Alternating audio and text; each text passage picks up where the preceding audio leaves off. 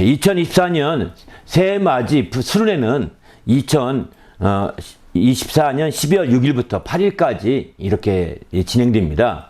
2박 3일이죠. 사실은 날짜로 본다면 2박 3일인데 이제 성경 공부는 이제 첫 부흥회 설교 끝난 저녁 시간부터 시작해서 4번이 이렇게 진행됩니다.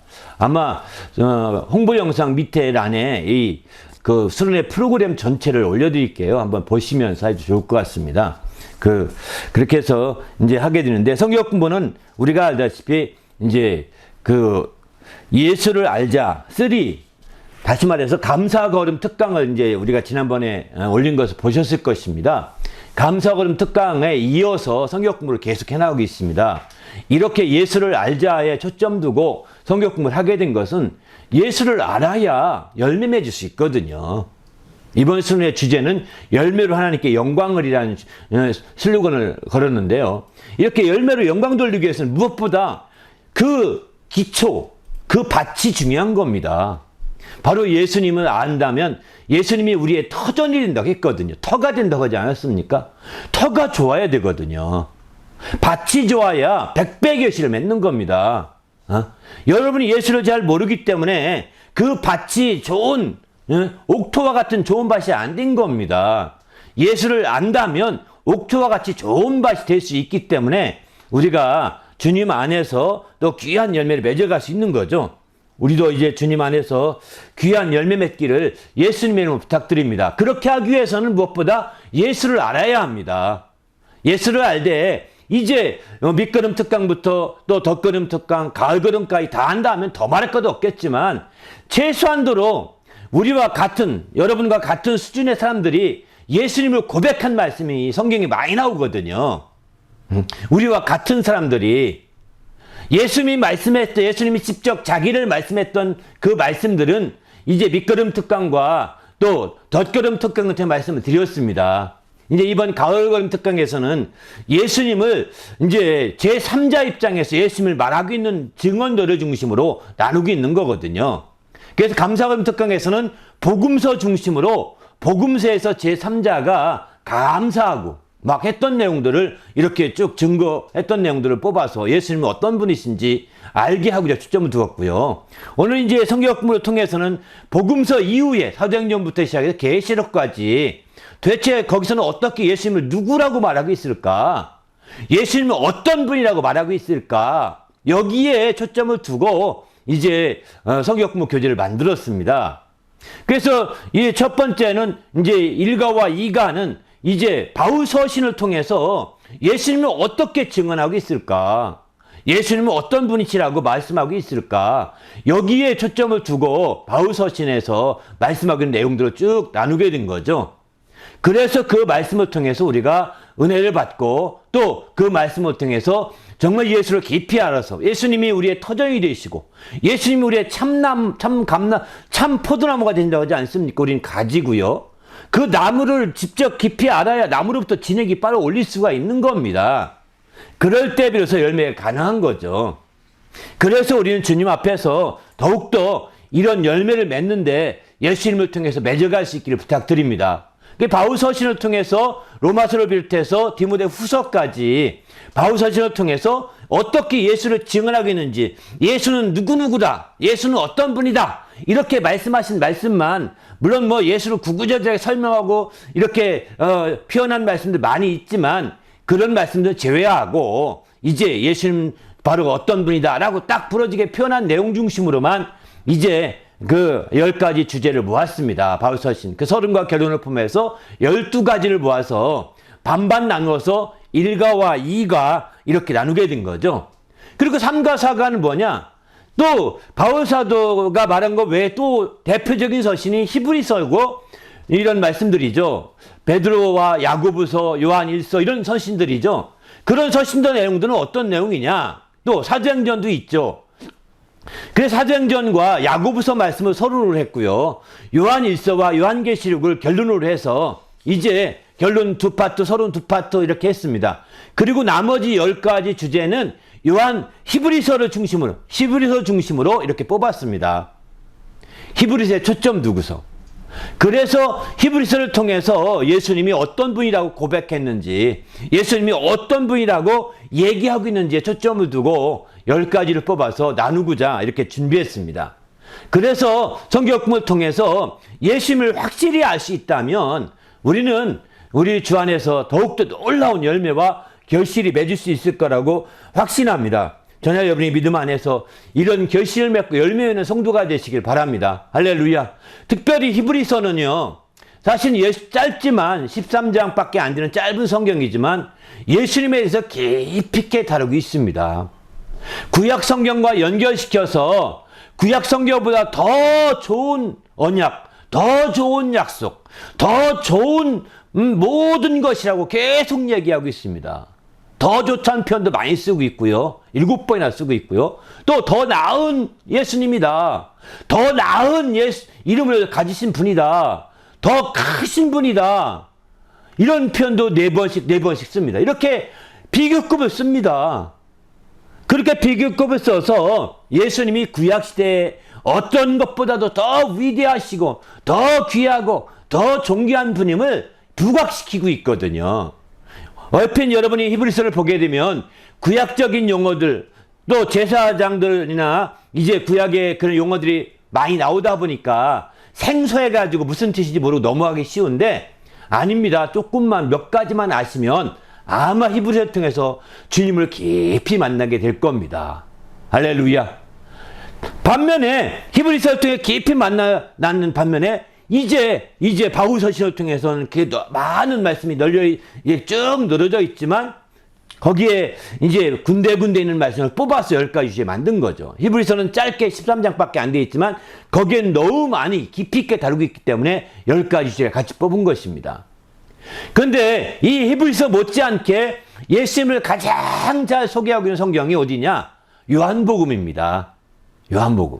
여러분들이 수련회 성경 공부 참여한 분이라면 반드시 과외로 요한복음을 꼭 읽어보시길 바랍니다.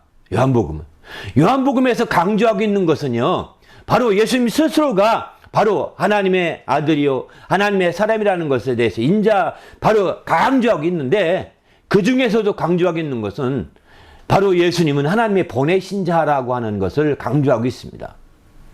하나님의 보냄을 받은 자라는 겁니다. 그걸 39번이나 강조하고 있습니다. 요한복음의 그 짧은 성경에.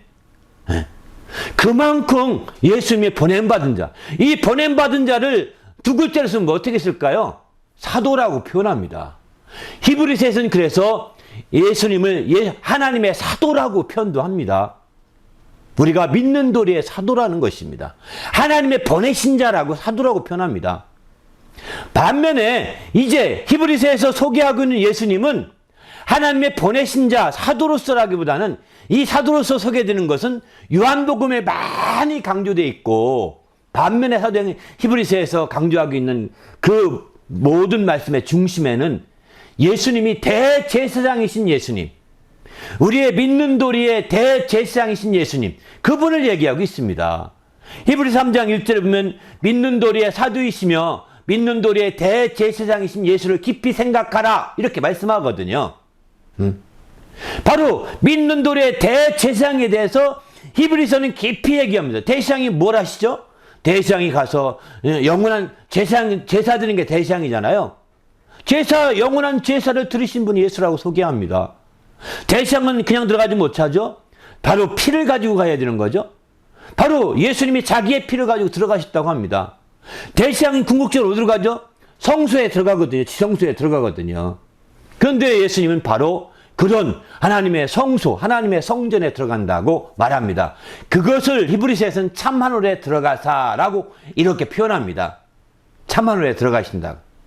그러면 그분이 성전에 들어가 뭘 하시죠? 그분이 성전에 가서 일을 하시잖아요.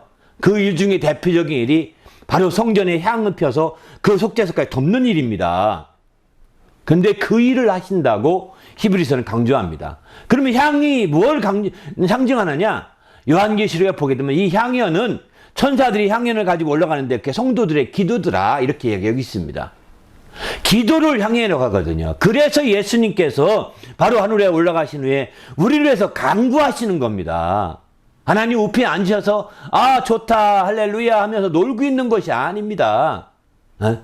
하늘의 기쁨조를 통해서 놀기만 하는 것이 아니라 그분은 강구하신다는 거예요. 그 진행형으로 계속해서 강구한다는 표현이에요, 사실은. 바로 이렇게 강구하는 게 뭘까요? 대제사장으로 계속 영원한 제사를 진행 중에 있다는 것입니다. 그러면 이 제자가 마치 어떻게 할까요? 두 번째 나타나신다고 했습니다. 대상이 제사 끝난 다음에 주님의 음성을 듣고 와서 선포하듯이 주님이 두 번째 나타나신 거죠. 그게 바로 주님의 재림입니다. 이런 일련의 모든 것들이 다 히브리서에 다 소개되고 있는데 중심 단어는 대제사장이라고 볼 수 있는 거죠. 그래서 믿는 도리의 대제사장이신 예수를 깊이 생각하라고 이렇게 강조하고 있습니다. 그분은 우리의 믿음의 주요, 우리를 온전케 하신 이라고 바로 이렇게 히브리서 12장에서는 또 그렇게 소개하고 있습니다. 그분은 바로 13장에 가면 영원토록, 어제나 오늘 영원토록 동일하신 분이라고 또 이렇게 말씀하고 있습니다. 이런 것 주제로 해서 성경 공부를 쭉 나누었습니다. 그러니까 이 성경 공부를 통해서 정말 우리 예수님을 밝히 알므로 말미암아 큰 은혜 받는 성도가 되시기를 예수님의 이름으로 부탁을 드립니다. 할렐루야. 온라인으로 참여하는 분들에게는 이 프로그램 프로그램을 보면서 그 시간 한 10분 30분 전에 우리가 여기서 먼저 이제 조장 훈련했던 내용들을 올려드립니다. 또 오프라인으로 순회 참여하신 분들이 있으면 오시길 바랍니다. 저희 성교관으로 오시면 드릴 에비뉴 489번지거든요. 그런데 여기 오시면 함께 성경 공부할 수 있습니다. 그런데 이제 온라인에 참여하신 분들은 조장훈련 했던 내용들을 거기에 올려놓겠습니다. 그러니까 그 시간에 그걸 참여하셔서 꼭 들으시고 두 번씩 들으시길 바랍니다. 그러면 더 확실하게 될 수 있을 것입니다. 이 수련회에 또 한 가지 빼놓을 수 없는 것은 오전 특강, 12월 7일에 있을 오전 특강과 오후 특강이 있습니다. 오전 특강과 오후 특강은 바로 이렇게 정말 열매로의 여정이라고 해서 하나의 열매가 또 다른 열매를 맺기까지 여정을 이렇게 쭉 그려갔습니다. 그 열매의 여정 가운데 가장 큰 노력이 거기에 들여지게 되는데 그 노력에는 두 가지 부를 나뉘어지게 됩니다. 하나의 열매가 또 다른 열매를 맺어지기까지 또 다른 열매를 맺는데 두 가지인데 하나는 주위의 열매, 농부의 노력이 있고 나무의 노력이 있고 가지의 노력이 있는 거예요. 그 열매가 맺어지게 되는 거죠. 이런 주위의 노력들을 우리가 살펴보려고 합니다. 첫 번째 오전 특강에서는, 반면에 오후 특강에서는 하나의 씨앗 자체의 노력이 있는 거예요. 그가 자기가 죽어져야 되거든요. 자기가 죽어지지 않으면 또 다른 열매 맺을 수가 없거든요. 그래서 죽어져야 되는 그 자체의 열매, 자체의 노력에 대해서 얘기해 보면서 그 노력이 어떻게 펼쳐져서 어떻게 자라서 어떻게 열매까지 또 열매 맺어질 때 열매로 맺어질 때 그 정말 모든 노력들을 함께 좀 살펴보면서 또 이제 어떻게 그 알곡이 되기까지 해서 완전한 열매가 될 수 있느냐 하는 부분을 이제 두 번째 특강에서 다루게 됩니다. 바로 열매로의 여정 2에서 다룹니다. 오후에 진행되게 되는데 이것도 아마 여러분이 함께 좀 들을 수 있도록 올려놓겠습니다. 그러니만큼 여러분들이 꼭 좀 함께 정말 참여하셔서 큰 은혜 받으시고, 반면에 부흥회는 온라인 그 생중계로 진행됩니다. 온라인 생중계로 진행되는 만큼 이제 여러분에게 원하시는 분들은 연락하시면 다 온라인 주소를 보내드리겠습니다. 그래서 함께 정말 그 참여해서 생중계에 참여할 수 있기를 예수님의 이름으로 부탁을 드립니다. 할렐루야. 함께 또 오늘 이렇게 수련에 대해서 광고 말씀 마치고요. 하나님 말씀 나누도록 하겠습니다.